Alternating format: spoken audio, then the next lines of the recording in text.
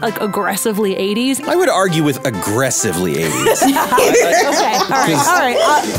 I stand down. I concede that point.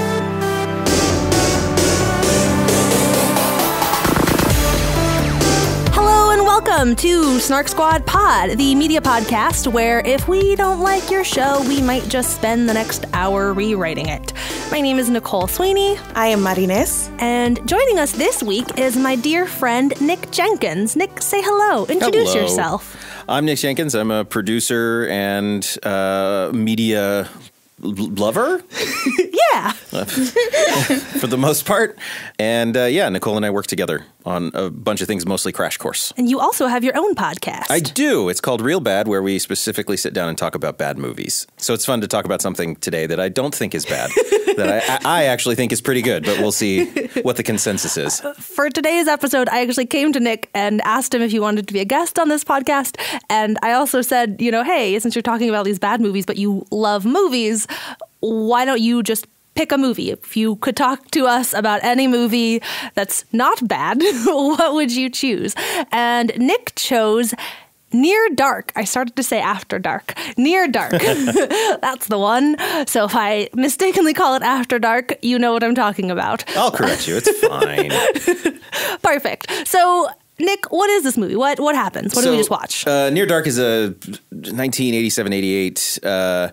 It's classified as a horror film. I don't consider it a horror film, but I in texting back and forth with you, I realized that my gauge may be off for deciding what is and is not horror, but I consider it more of a drama thriller a little bit.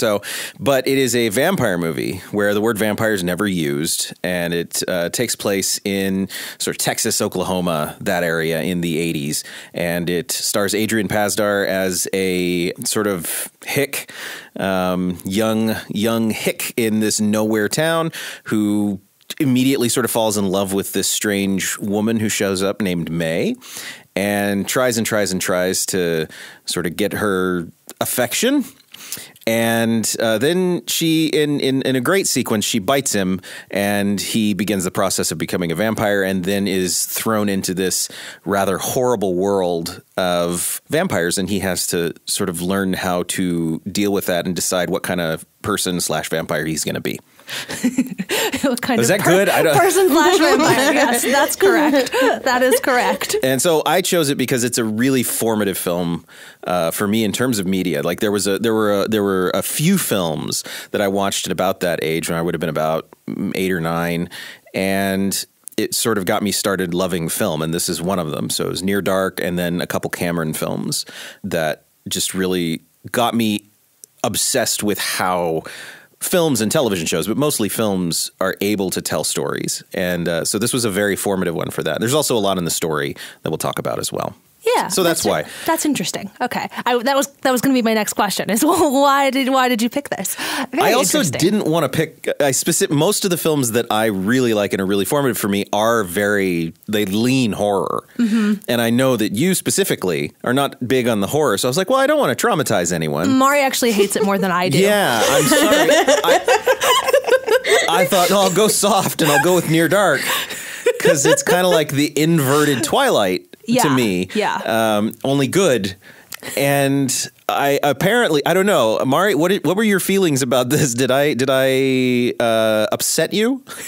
No, I was not upset. I am not a big horror fan, but my tendency to be creeped out is more like last week we were talking about Midnight Texas, and that is more like supernaturally possession, like darkness. I'm not great with gore. I'm okay with. Like, I'm okay with that. And I didn't mind this because even though they were vampires, like you said, that's not very directly addressed. And I think this was more gory and bloody than anything else. And that I don't actually have a problem with. So I know that that's really weird, but it's a very specific kind of horror that I cannot do. And this was okay with me. It's funny because I am the opposite. It's specifically the like blood and gore. That was why Nick, the text conversation that Nick is referencing was me texting him about midway through the movie me going, there's a lot of fucking blood in this, Nick Jenkins. I feel lied to.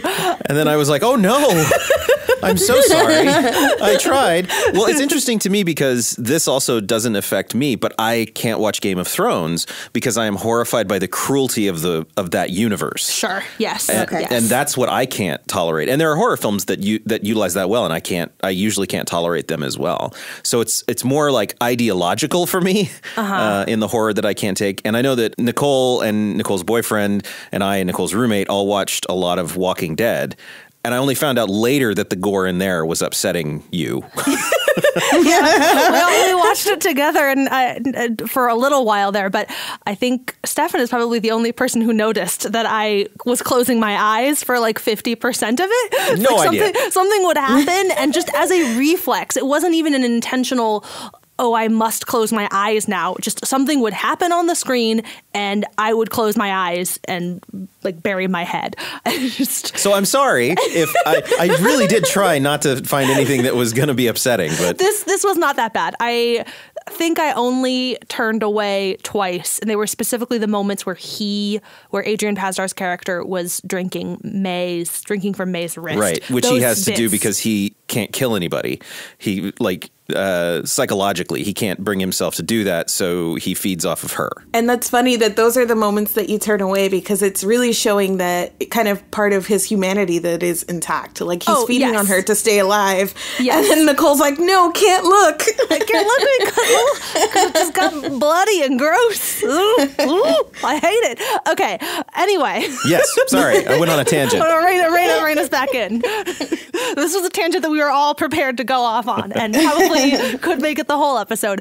But this movie, Near Dark, over on Real Bad, after you guys do the 60-second plot dump, which is a fantastic idea that we should probably steal, but I don't know, whatever. After you do the 60-second plot dump, the next thing that you guys do is whoever picks the film usually does sort of some background on the movie. This is not something that we would ever do regularly, partially because we have just too broad a base in terms of our media knowledge, and I wouldn't really know where to begin.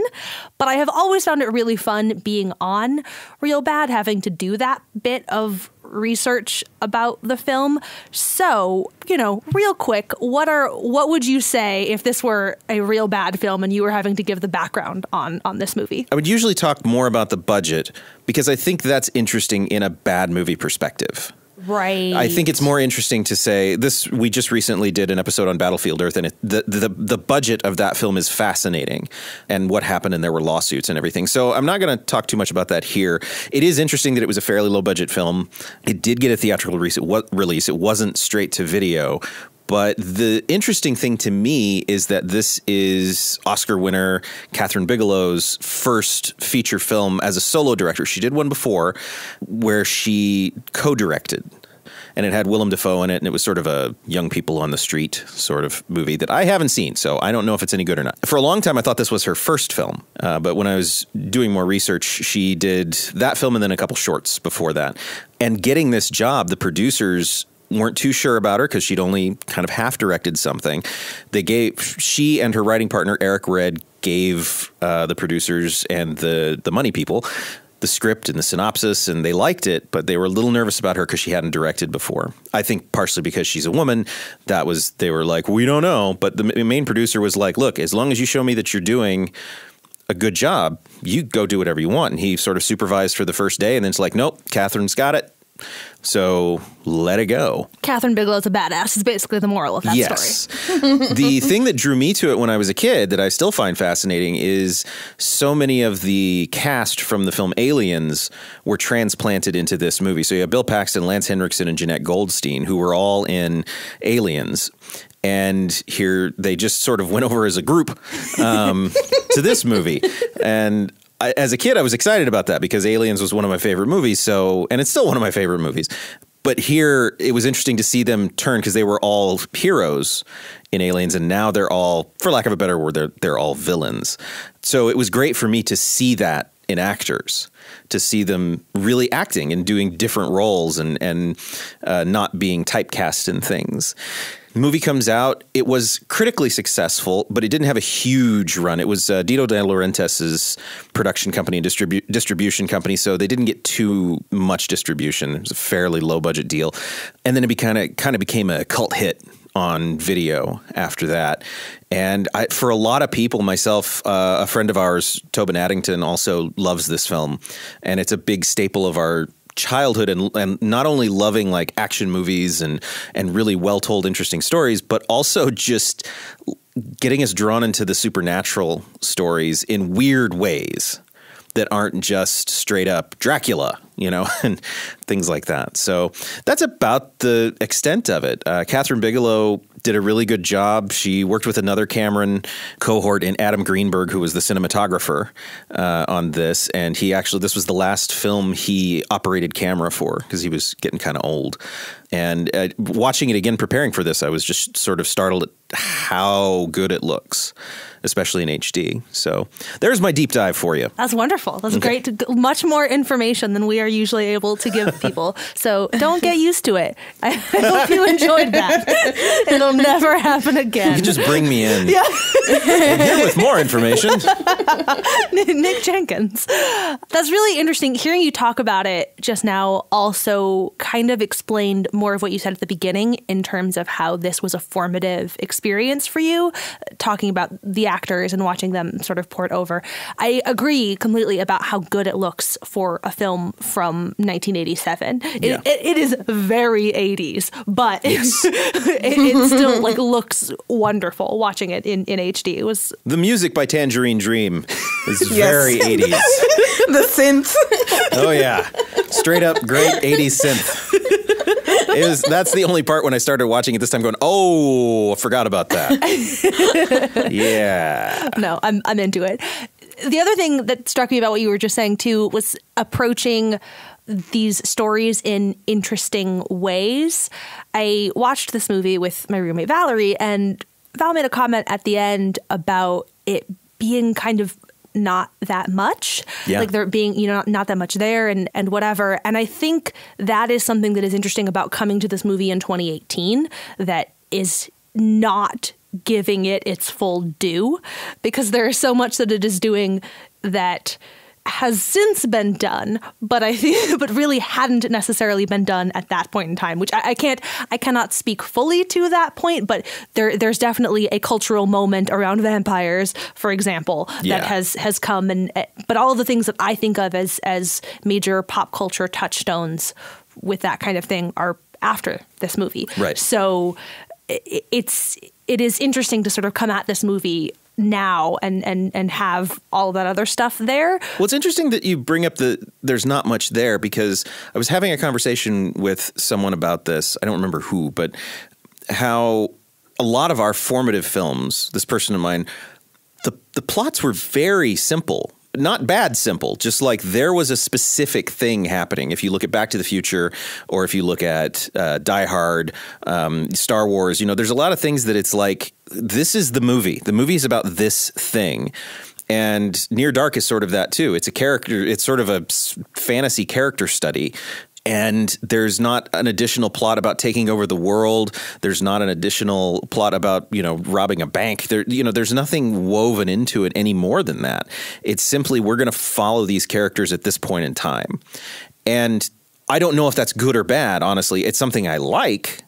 And it's something that I feel like a lot of shows and movies have gone away from now, and they're trying to weave everything into a film as opposed to just saying, well, let's focus on this one idea. But I don't know. I don't know if that's an issue for anybody else. I think it's interesting because some of the last media that we consumed, particularly Bonfire that we read and Midnight Texas that we watched, I think I personally had the same complaint about both of them, and it was that it was trying to do too much. In both of those things, you had so many subplots and so many characters and so many moving parts that it was a hindrance to the story. So I think watching something like this, whether you think, I don't have an opinion about whether it's good or bad, but I think it's refreshing to come to a piece of media like this that's a little bit more stripped down and simple. And like you said, just has this one thing that it's doing. It does it well. It tells this one story and it moves on. So I might not like that kind of storytelling all the time, but I think there's a good time and place for it. And probably after consuming some crappy things for this podcast recently, this is a good time and place for it for me personally. So what did you think of this movie on the whole, Mari? I enjoyed it. I thought it was a little bit, I don't know that slow is the right word here, but it was a character study. So it didn't have kind of the urgency and the pacing that I was necessarily assuming that it would have. It had these moments that were really gripping, like the one scene that I think is probably the most iconic scene, which is when they go to that bar, the Hick bar, and it's just like a massacre in there. So it does have those very strong, gripping moments, but it is kind of a slower paced story. But I enjoyed myself, and there were a lot of things that as I was watching it, I was like, ooh, like really interested about what it did visually or with the story, that I made a ton of notes like, oh, that moment, this. And I had that kind of moment like you were talking about, Nicole, where you realize that you've seen things like it, but putting that in perspective of all those cultural moments coming after this film did. So I was really interested. I liked it, and I was most curious to hear why Nick picked it. So I'm already like sitting like, yeah, okay, I get it now. It's tough because I think this is a good one to come on here because this film is really wrapped up in my nostalgia. Like, or it is, yeah, I watching it again this time, I was aware of my nostalgia, which is not something that usually happens, but because I don't normally watch things with a critical eye that I have nostalgia for. I also don't have a lot of nostalgia. There are a few things that I do, and this is one of them. And so watching it, I had this moment of going, is that good? Or does it remind me of how I felt when I was that age and I was discovering this for the first time? I couldn't tell. So I wanted to talk about it with you two because I'm like, you guys know media and I'm interested to know some other perspectives on it. Like, because I could sense like, that's very 80s. Is that bad? Like, does it age itself out in ways that are irreparable? I will say that this is probably not a movie that I would recommend to everybody. It's not one that I'm going to, widely tell everybody, okay, you guys have to go watch this movie, because I'm not sure that I would have that same feeling, Nick. Like, is this good or would people like this? I think it probably does take a certain kind of critical consumer or somebody that can enjoy a character-based kind of story. And maybe that has something to do with why it didn't do well in the box office either, because I can't see large amounts of people walking away from that movie and going, yeah, that was great. But it is one of those films that I could see people walking out of and just going like, I need to think about that for a while. Yes, absolutely. I will say the one thing that really I'm not sure how well it ages is most of Adrian Pasdar's character in the beginning.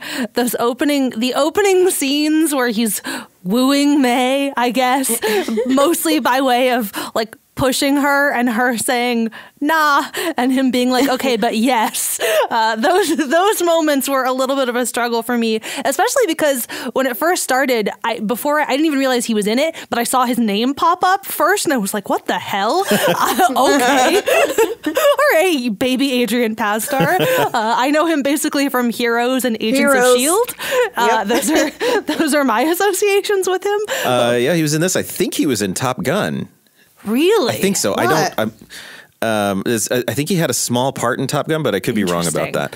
It's interesting that you bring up that character, because one of the things I kept coming back to, or bring up those moments, is I feel like this whole movie, for better for worse, is sort of an exploration of naivety. And just like thinking, because what do we see from him in the first? We see him blustering. We see him puffing his chest out.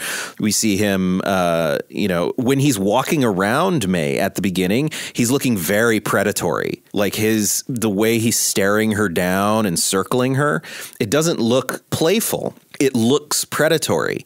And then that all gets turned on its head. And his world is turned upside down. And then if you sort of follow that through, they show a shot of his little sister, who actually I really liked. I don't normally like kid actors, but I really liked her. Like, I should punch your lights out. Like, I loved that moment. When she's sleeping in his room, you see his room. It looks like a teenager's room. He doesn't seem like a high schooler, but his room seems to hold on to that. He seems very childlike.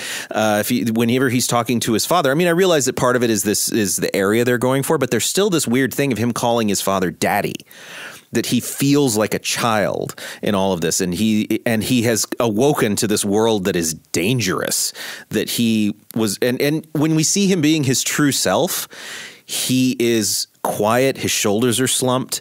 When Severin takes him into the bar and is trying Severin is Bill Paxton. Bill Paxton, okay. yeah. Who was great. Who was great. And Bill Paxton, man, he's just great. I miss him. I love that dude. Yeah. But when he's trying to get him to basically pick a fight with that guy at the bar, he's so sheepish. He can't even bring himself to have eye contact with the guy. He is not the person he's pretending to be at the beginning of this film. But in his small town, he can sort of have that fantasy. At least that's how I was reading it. In the last couple times I was watching it, it was just like, oh my God, he has realized there is more to the world and the world is dangerous. But that's me who spends a lot of time analyzing what is this film really about? And having multiple viewings. I did not necessarily track all of that on this initial viewing of it, but everything, yes. I'm nodding my head as you're explaining all of this. Like, yeah, okay, that checks out. That makes sense. Did you feel like the film was saying what he was doing with May at the beginning was the right thing?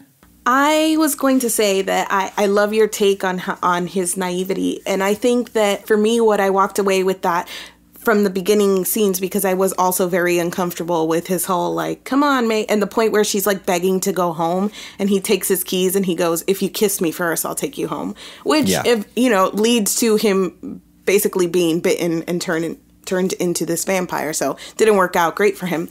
But I think this story deals a lot too in good and bad and humanity. So we see these vampires that are not ever called vampires, who don't always bite to kill. They kill in very gruesome, almost human ways. So they shoot people, they slice them up, they knife them. So there's a lot of play here talking about humanity with these vampires that are more humans than vampires to me.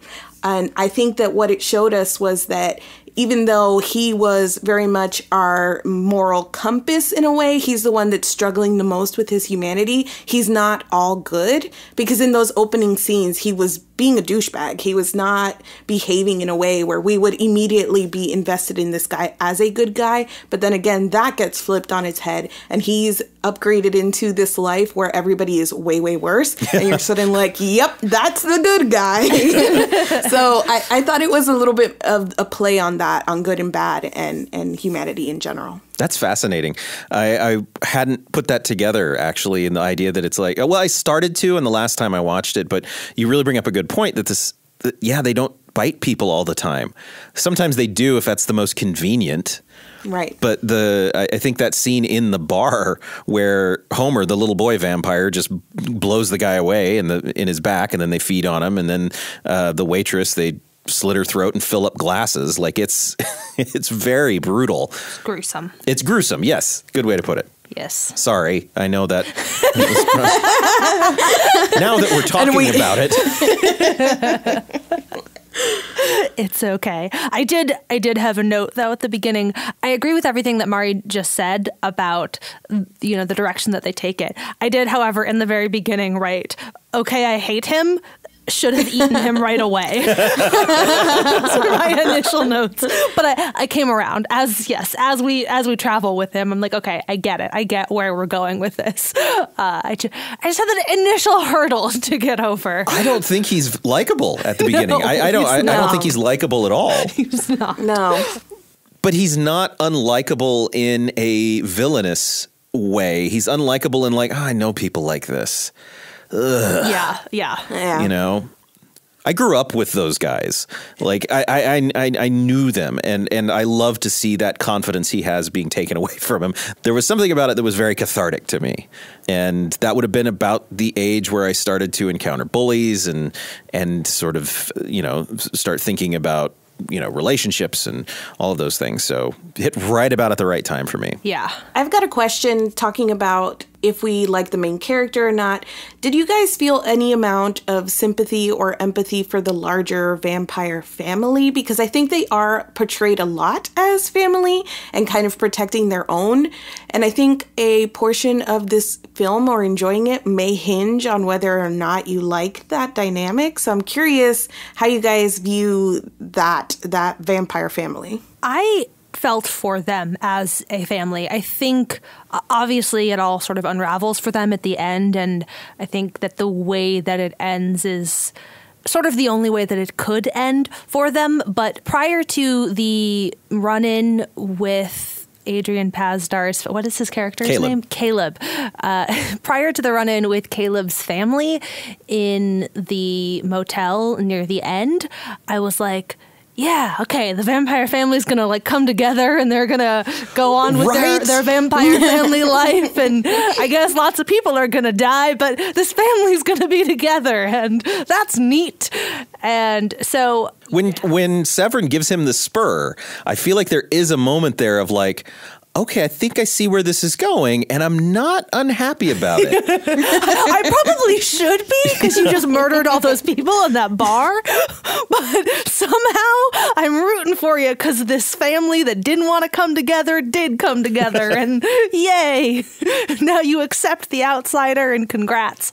So I was here for that family, but I agree with what you're saying about how that can be a sort of make it or break it. And I wouldn't fault anyone for not feeling that way, but I think probably that is a necessary component of being on board with much of this movie. I think I'd look at it from two different perspectives. One is just the overall story, so devoid of, if we don't look at actors, we just look at the story. I think even within the story, it's possible to basically see is these people didn't ask to be put in the position that they're in, and they are making the best of it as they can. Now, they do contain some very sadistic. Severin is very sadistic. Like he's not just getting by. He is enjoying the killing and enjoying being this bully of a person. But beyond that, I think there is stuff to appreciate about Jesse and about Diamondback and about Homer and about May. Like they didn't ask for that. But from a performance standpoint, when you fill it with super charming, interesting actors, to me, that's what sort of opens the doorway for me to be a bit conflicted about them dying at the end and whatnot. Like you get to that point where you're just kind of like, boy, I really liked them. As far as this movie goes, like within now, once you step back, you can go, oh no, they were horrible murdering people. I get that. But like, there was a chemistry that they all had together that is something I think, we don't want to go too far into the Spike hole here, but when you do have a James Marsters in that part, it becomes much easier to sort of look past a lot of the things that they have written him to do. And it isn't until you back up and go, wait a minute, no. And I think there's a similar thing happening here we have Bill Paxton, who's amazing, Jeanette Goldstein, who's wonderful in this film, and Lance Henriksen is legitimately frightening in the few scenes where he is walking down Caleb's father. And he has a great line where there's a gun being pointed at him, and the guy says, "I'd stop if I were you," and he just says, "Not likely." And it's a great line. And it's delivered so well. I am torn. Logically, I understand why they're the villains of this piece, but emotionally, I get that thing at the end where I'm like, damn, their family came apart. They were just trying to get by. So I wasn't sad when Severin died, even though I loved Bill Paxton in there because he really. Bill Paxton was so great in this. That's also one of my notes. Just the last thing. There's like a big space too on my paper. It's just Bill Paxton is great. He is. He is. He really is. And you haven't even seen Aliens, which is possibly Bill Paxton's best performance. It's true. But yeah, he's really good. So yeah, I'm split on that. That is an interesting point too that you bring up about Spike, who. Yeah, we're not gonna. She says grudgingly. But both are great examples of just really masochistic characters who are compelling in part because of very, very talented actors. Yes, bringing a lot to the table, and winning you over in spite of how they're actually the worst. It's like when you're having an argument with someone who's just really good at arguing, and you have that minute where you're shaking your head, and then you have to back up and go, wait, no, hold on. No. You are still wrong. You are still wrong. Yes. Was there anything on this rewatch, Nick, that you found didn't sit well with you? Anything that stuck out to you as a moment of like, maybe? Oh, yeah. Yeah. I don't know for sure, but I think this might have been the first time that at least a film had treated vampirism as a blood disease. And so it's difficult now. I don't like the idea that the cure is simply a blood transfusion. I like it. I don't know. I kind of liked it with Caleb and his father for some reason. Like, I'm okay with it there. But then once it was easily done with May, and then now she's free of this curse at the end, that bothers me. But it bothers me from, like, I really love vampire lore, and I like to see how people deal with it differently. And one of the best ways Anne Rice ever dealt with it was the idea that this is a curse, and it is permanent. And you have to decide how you're going to be a good or bad person with this curse. And the easy out of, oh, it's just a blood transfusion, you're fine, that still kind of upsets me. It doesn't, like, and I'm not saying everybody has to be like Anne Rice, but I don't know. There was something about that didn't sit well with me this time.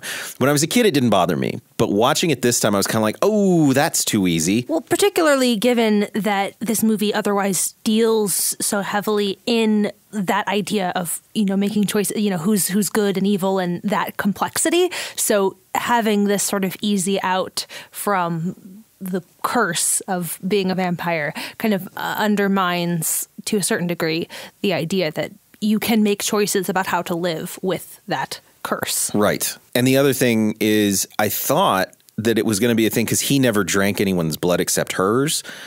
I thought that maybe he hadn't transformed fully, and so that transfusion could work because he wasn't a full-on vampire at that point.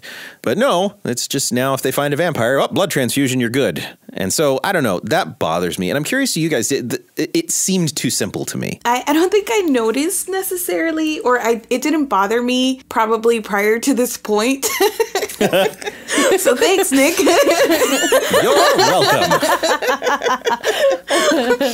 I think I enjoyed the idea at first. I will say that I thought that it worked for Caleb because he was recently turned. I didn't expect that it would work on others that had been vampires for longer. That was just the idea that, I headcanoned in my head before the movie got to that point. So I was expecting that it wouldn't apply to everyone, but I still liked it when I first saw it because I thought it was an interesting take on vampire lore. And I think that similar things have been done, at least with like bloodletting and vampire stories before, but I don't know, it felt kind of fresh to say that he held out and he held on to his humanity, and then he was able to find that fix. But then it does start to like fall apart when you consider that anybody could get this transfusion and it would be okay. Right. But I also, I don't disagree with you that it was a good moment at the end when she wakes up and the sun is on her. I also really like the fact that pretty much the only thing that can kill them is sunlight or fire. I liked that and I like that their powers have kind of been scaled back and that they're not super fast. The sunlight rules were not consistent. Oh, no. This is another, this is the wounds of Buffy recapping, where Valerie was sitting right next to me watching this, obviously, and kept pointing out moments where the sun did something in one scene, and then 15 seconds later, the rules were suddenly different. There was a bit where somebody was completely covered during the big shootout with the cops. somebody was completely covered and they lit on the fabric. They just lit on fire. How did they light on fire if they were covered? We had just seen. Then what's the point of the blanket? Well, yeah, what's the point of the blankets? Of him grabbing the key by the scarf and all of that. Look, damn it looked cool.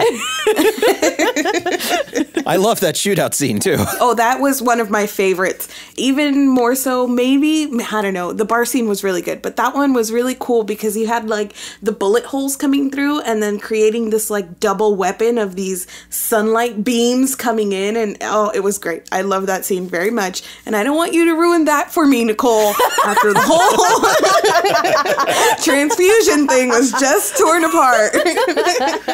I agree. It was very cool and an unexpected weapon that the humans had in that fight. And I want to say that scene in particular is an extraordinarily good example of a very thoughtful filmmaker. Just the way it builds to when it starts with Severin shooting a hole in the door and then the sunlight blasting him backward from that hole. It's like it's build, and then something unexpected happens, and it's like what's going to happen next? What's going to happen next? So it goes from screenplay to shot selection to editing. Like it is a really well conceived, executed, and cut scene. Like it's really good.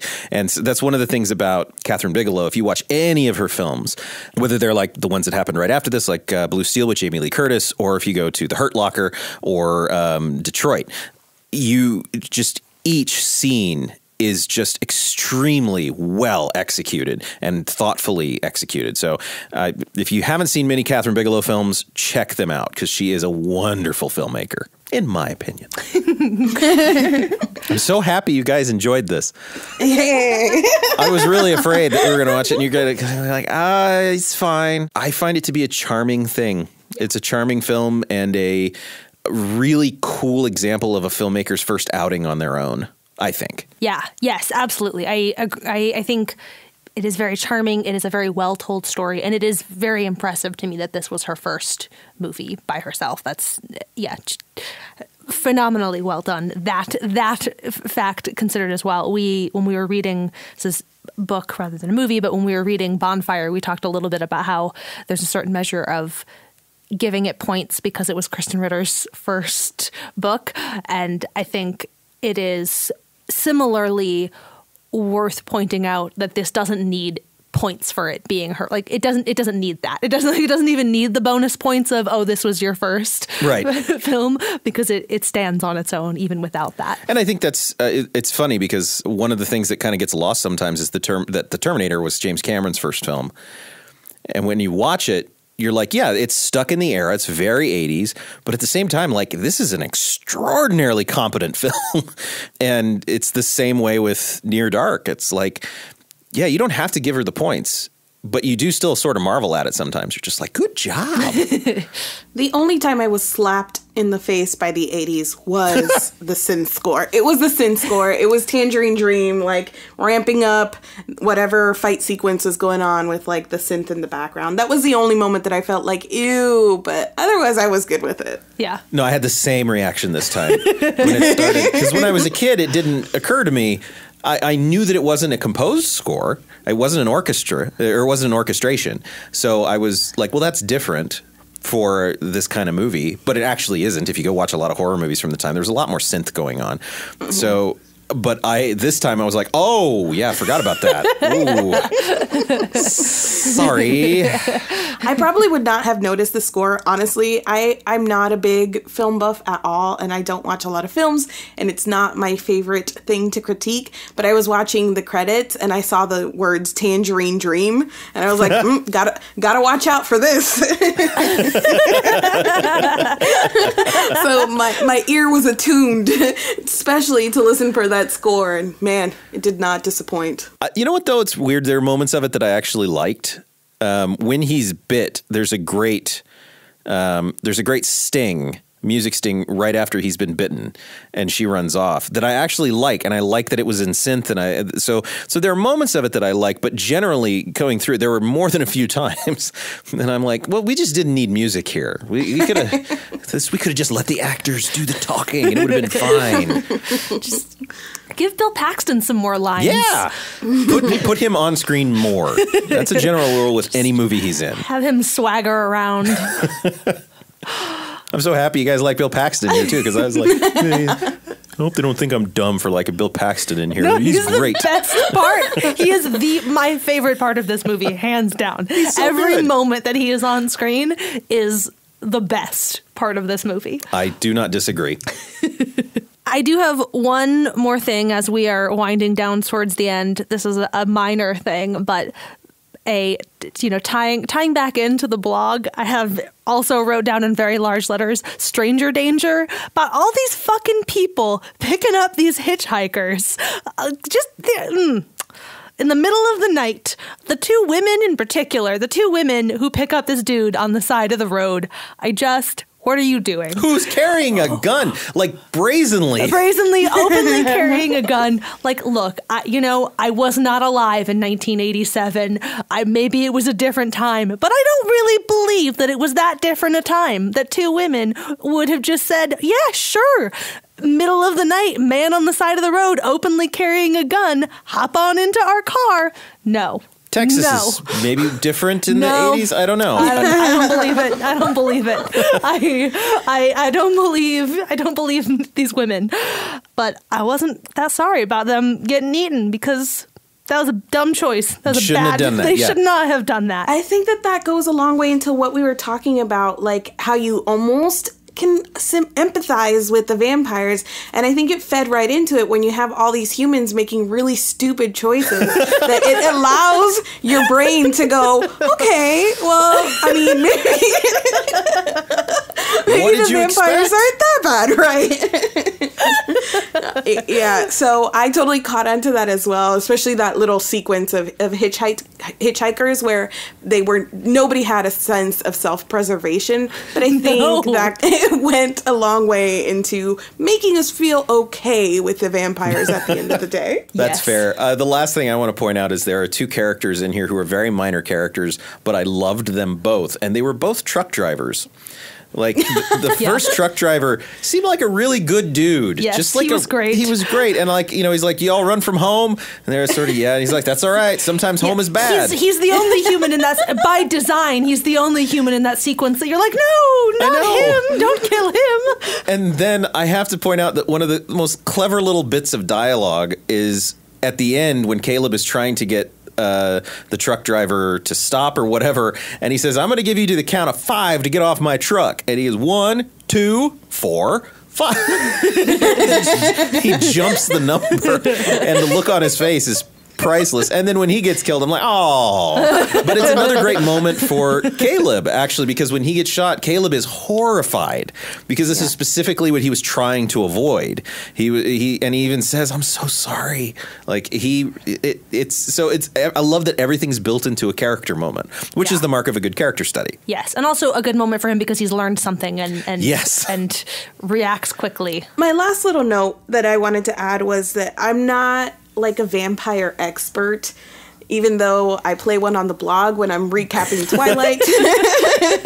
But I think that part of the reason that I like this so much and that I did have those moments where I had to remind myself that the vampires were the bad guys is because of that scaling back of their power and of those moments where Caleb learns a lesson. And I think there was a lot less romanticism to this breed of vampire than you usually see. There wasn't that kind of like rich, decadent vampire lore here. They were just like regular people, and they were poor and a little bit grody. And I don't know, there was that element of it that just let you relate to them in a better way than when you see kind of the higher end vampire lore. So I enjoyed those moments too, and it played off against like the stupidity of some of the human characters and getting killed, that these were just kind of regular old people from beginning to end who were just trying to survive. Yeah. They're just trying to get by and do what they do have some fucking sense of self-preservation. Right. I love that moment where he's driving, they're trying to get out, and everybody's trying to black out the windows and everything. Like it's and they don't even have time to chew out Caleb because he's fucked up again. Everybody's just like, black out the windows. Oh my God. Yes. So yeah, I'm glad you guys got something out of this. This is a very precious film to me, and even watching it, I agree with Valerie. There's not a lot here, but what is there is really fascinating to me. Yeah, I would agree with that assessment. There's not a lot there, but what is there is fascinating and is well executed and was charming. So thank you for recommending this to us. Thanks for bringing this movie to the podcast. And also thank you just for hanging out with us for an hour. Thanks for having me. This was a lot of fun. I love talking about not bad movies. It's great. We would love to hear what you think of this movie, if you watched it, or if there's something else that you would like us to watch or read or discuss here on the podcast. You can find us on the blog at snarksquad.com or on Twitter at snark_squad. I am at Sweeney Says. You can find me at My Name is Marines. You can find me, probably the best place to go is at Real Bad Pod, if you want to follow the pod. REEL. REEL, Bad Pod. And then if you just want to follow my Stream of Consciousness Twitter, it's at NG Jenkins. And you should also check out Real Bad Pod wherever you are listening to this podcast. Thank you so much for listening to us this week, and we'll be back again next week. Bye. Bye. Bye.